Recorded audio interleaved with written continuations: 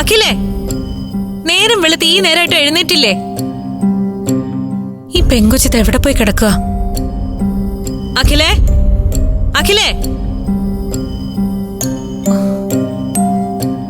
അഖിലേ.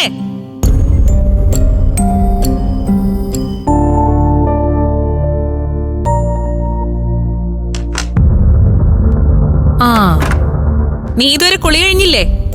ഇന്നത് എന്തു പറ്റി?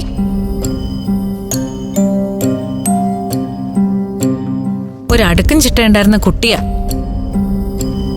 ഇതിപ്പോ എല്ലാം അലങ്കോലമായി.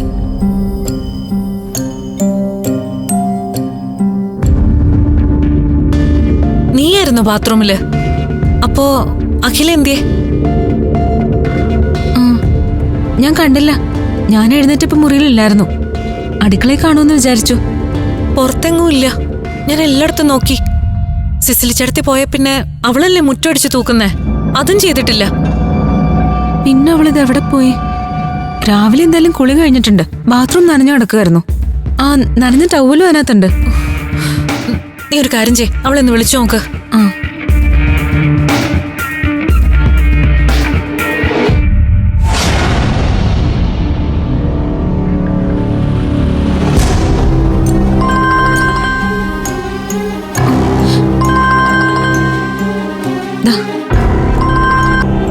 അവള് ഫോൺ കൊണ്ടുപോയിട്ടില്ല.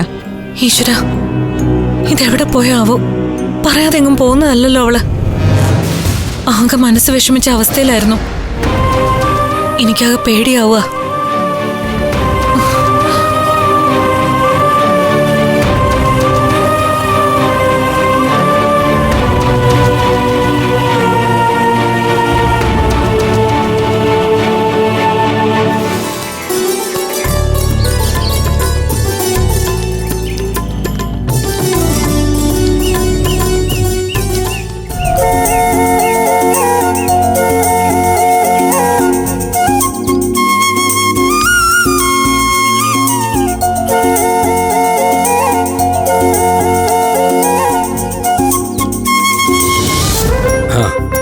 അങ്കിളിന് രാവിലെ നടക്കാറങ്ങുന്ന ശീലമുണ്ടോ?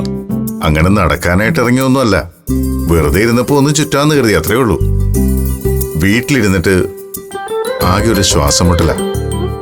പ്രതീക്ഷിക്കാത്ത ചില പ്രശ്നങ്ങളുണ്ടായി ഇന്നലെ. ഞാൻ അറിഞ്ഞു, അമൃത രാത്രി വിളിച്ചിരുന്നു. അംബിക ആന്റി ആയിട്ട് അമൃത ഉണ്ടാക്കിയ ധാരണയൊക്കെ എനിക്ക് നേരത്തെ അറിയായിരുന്നു.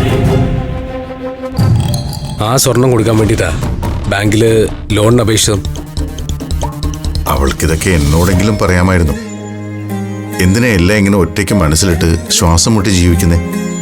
ഒടുവിൽ എന്താ ഉണ്ടാവുക? എത്ര നല്ല ഉദ്ദേശത്തോടെ ചെയ്ത കാര്യമാണെങ്കിലും ബാക്കിയുള്ളവർ തെറ്റിദ്ധരിക്കും. അതായിപ്പോയി അമൃതയുടെ സ്വഭാവം. എല്ലാം അങ്ങോട്ട് ഒറ്റയ്ക്ക് സഹിക്കുക. ഇതിപ്പോ ബാങ്കിന്റെയും ലോണിന്റെ ഒക്കെ കാര്യമായതുകൊണ്ടാ എന്നോടെങ്കിലും പറഞ്ഞത്. ഒന്നാലോചിച്ചാ ഇതിലൊന്നും കുറ്റം പറയാനും പറ്റില്ല. അവൾക്കൊരു അച്ഛന്റെ സഹായം ആവശ്യമായ കാലത്തൊന്നും ഞാനുണ്ടായിരുന്നില്ല. ഒടുവിൽ എന്റെ നിവൃത്തിയിടുകൊണ്ടാ ഞാനിങ്ങോട്ട് തിരിച്ചു വന്നത്. അങ്ങനെ വന്ന ഒരാളെ വിശ്വസിക്കേണ്ട കാര്യം അവൾക്കുമില്ല. ഏയ്, അങ്കിള് അങ്ങനെയൊന്നും ചിന്തിക്കണ്ട. അല്ല, അഖില പിന്നെന്തെങ്കിലും പറഞ്ഞോ? ഇല്ല, ഞങ്ങളാരും അങ്ങനെ സംസാരിക്കാനൊന്നും പോയില്ല. സംസാരിക്കും തോറും അവളുടെ വാശി കൂടുകയുള്ളൂ. അഭിമന്യുവിന് അറിയാലോ അവളുടെ സ്വഭാവം. എല്ലാം ഒന്ന് ശാന്തമായിട്ട് സംസാരിക്കാന്ന് കരുതിയിരിക്കുക. അത് ചിലപ്പോൾ അഖിലേക്ക് വലിയ ഷോക്കായിട്ടുണ്ടാവും. കുറച്ച് ദിവസമായിട്ട് എത്ര തവണ അമൃതയായിട്ട് വഴക്കുണ്ടാക്കിയത്. അമൃത ചെയ്തൊക്കെ അവൾക്ക് വേണ്ടിയിട്ട് കൂടിയാണെന്ന് അറിയുമ്പോൾ കുറ്റബോധം ഉണ്ടാവും. അതാണ് ആ പൊട്ടിത്തെറിയായതും. എന്നാലും ആകാശിനെ വിളിച്ച് അവള് സംസാരിക്കുന്ന ഞങ്ങളാരും കരുതിയില്ല. അയാളാണെങ്കിൽ ഒന്നും അറിഞ്ഞതുമില്ല. മിക്കവാറും സഹദേവന്റെ വീട്ടിലും വഴക്കായി കാണും. ഞാൻ ആകാശിനോടൊന്ന് സംസാരിച്ചാലോ? അത് അഖിലെ കാര്യങ്ങൾ പറഞ്ഞ് മനസ്സിലാക്കി അവളുടെ മനസ്സ് മാറ്റിയെടുക്കുകയല്ലേ വേണ്ടത്.